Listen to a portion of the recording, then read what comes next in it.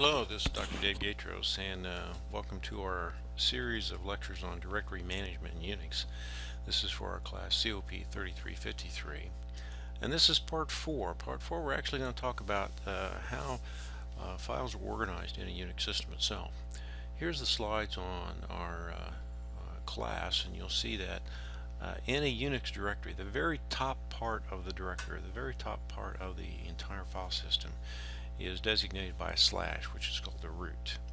And then it's a very hierarchical system where a parent will have several children, but a child will only have one parent. There's no way to actually, for instance, in this case, go from home to temp without going up to the root and then back down. So this hierarchy, this very well structured environment that the Unix system is in, allows it to behave very, very nicely. Now let me illustrate that. Okay. Here we have a system open, and we'll clear this off.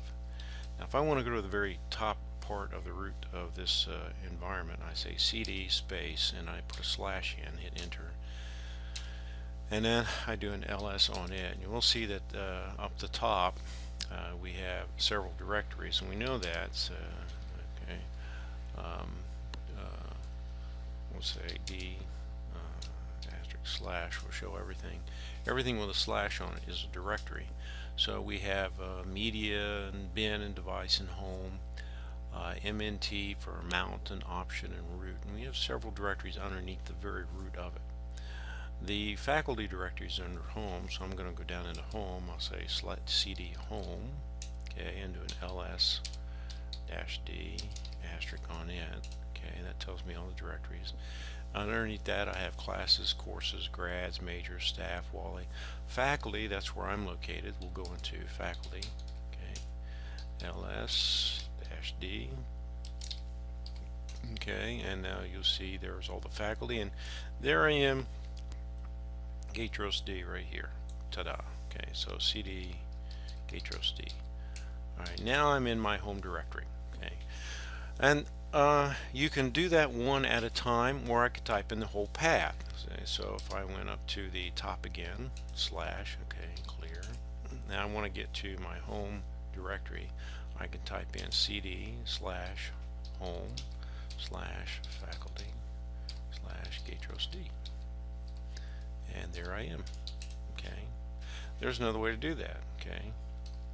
I'll go up to the root directory again. I can say cd tilde Gaitros D, and what that does is it says find the user Gaitros D and then go to that person's home directory.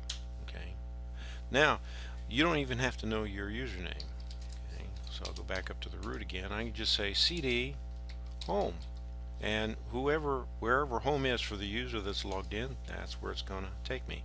To find out where I'm at, I can just say pwd, which stands for print working directory, and it says I'm in home faculty Gaitros D. Okay, very good. Alright, well now let's go into our directory, public classes, and you'll see cd public HTML classes COP, and you'll notice here too I'm using a little trick that it looks like I type something in really fast. I'm really not. What happens here is let me back up. Classes, I entered in cd public slash, and then I start to type in classes, and what I do is I hit the tab key, and if there's nothing else that starts with CL in there, what it's going to do is it's going to fill out the rest of it for me. So there's only classes in there. COP 3353, and then dir management, I just entered dir and hit tab, and it came up with the rest of it. Okay, and here we are. And this is our kind of test directory that we're going to play around with a little bit. Okay, very good.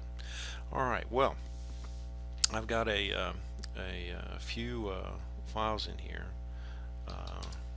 Let me show you the directories. There's two of them. There's add new directory and temp directory. And I put those in there to kind of illustrate some features that I'm going to show you. Okay, let me go ahead and go into add new directory. I have a file in here. I'm going to remove it. Okay, rm for remove file, rm space * period dat. I remove everything. I'll check it. Okay, oops, nothing's there. CD dot dot. The two periods is a file that says give me to the parent directory. So it's going to take me up a directory, and I do a pwd for print working directory, and I'm going to say okay, I'm in the upper directory now. I do an ls-d asterisk slash, tells me all the directories. I have two in there. I have add new directory and temp directory. Well, let me remove the add new directory. rm add new directory. Okay. I'm sorry, rmdir add new directory. Okay, and now it's gone. Okay, good. I don't want to do the temp directory. I want to leave it here. So let me add a new directory. I'm going to add the same one. I'm going to say add or mkdir, make directory, add new directory. Okay, I do an ls-d asterisk slash. Okay, it's there. I'm going to go into it, add new directory.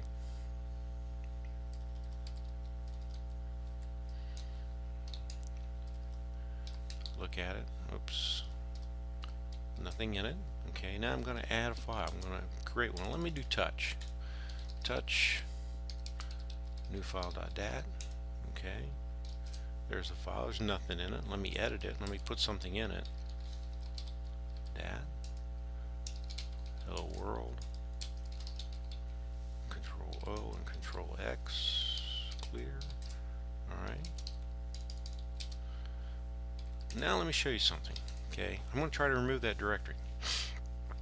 I'm going to say rmdir for remove directory, add new directory. Okay, and it says, wait a minute, you can't do it, it's not empty. Now if you do a search on help for remove directory, or if you do a man page, it says there's an option in there, and I'll show you the option. Okay, rm directory dash and it's a long option. And it says ignore fail on non empty, and there's a dash in between each one of the words, and so it's dash ignore dash fail dash on dash non dash empty, and then you specify the directory you want to delete. Alright, and I hit enter. Okay, no errors, no problems, but whenever I go back in to look at my directory, okay, I find it's still there. And there are some versions of Unix where this will work. There are some that are not. Both on Shell and both on Diablo, this feature of ignore fail and empty doesn't work. Somehow you still have to go back in and delete the contents of the directory. So we're going to go back into add new directory, cd add new directory. We're going to remove asterisk dot asterisk, back up, and we're going to say remove rm dir, and I'm going to say -v for verbose. Tell us what you're doing. Add new directory, and it says removing directory, add new directory. I do an ls and it's gone. Okay, now we've looked at absolute and relative path names for computer systems. And we've shown you the absolute path names that we've used to get to my root directory and subsequently. You can use relative path names too. Okay, for instance, in here I've got several files, file1 and .dat, file1.txt, and so on and so forth. And let's go up a directory. Okay, and we see in here we've got, well, let's look at the directories that we have in here. We have grades and temp. So there's a temp. Up above there's a temp directory on the same level as our directory management. So I want to show you something. Okay, go into dir management. Okay, I want to copy a file, let's say file1.dat, and I want to put it in the temp directory that's up above and down one. Okay, and the way I do that is this. I say copy file1.dat. Okay, go up a directory, that's two dots, a slash, and then say temp. Okay, and if I want to, I can go ahead and give it the same name, that. Okay, and boom, it copied it. So that's a way of doing a relative. It says go up a directory, go to the parent directory, find the directory called temp, and then copy this file into that directory.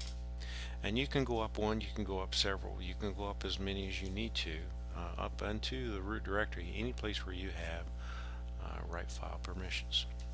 Okay. Well, let's bring this back over here. Let's look at this a little bit more here. Okay. You really only have two types of files in the system. You have directories and you have regular files. Every directory, except the root directory, has only one parent. It has no parent at all. And a parent directory may have 0 or virtually an unlimited number of children. File names must be between 1 and 255 characters. Don't make them very large, but make them certainly less than 255. They can be comprised of upper and lowercase letters, numbers, underscore, periods, and commas. They are case sensitive, so you have to be careful about whether something is upper or lowercase. You can use spaces. I wouldn't. It's made to be compatible with Windows machines, so Windows machines allow spaces. When you use spaces in file names, it causes problems. You have to put quotes around the file names in order to actually use them. So I would avoid using spaces in file names. Extensions do have some meanings. A C program ends in a .c. A C++ program ends in a .cpp. .o for object files, usually .txt for text files, .pdf for Adobe PDF files, HTML files, .in and .html, and then of course there's several image files. So their extensions do have a meaning. Okay. Use PWD to show yourself where you're at all time. It prints the full path wherever you're located, and you can get to any particular user by putting the tilde in front of the user's name itself.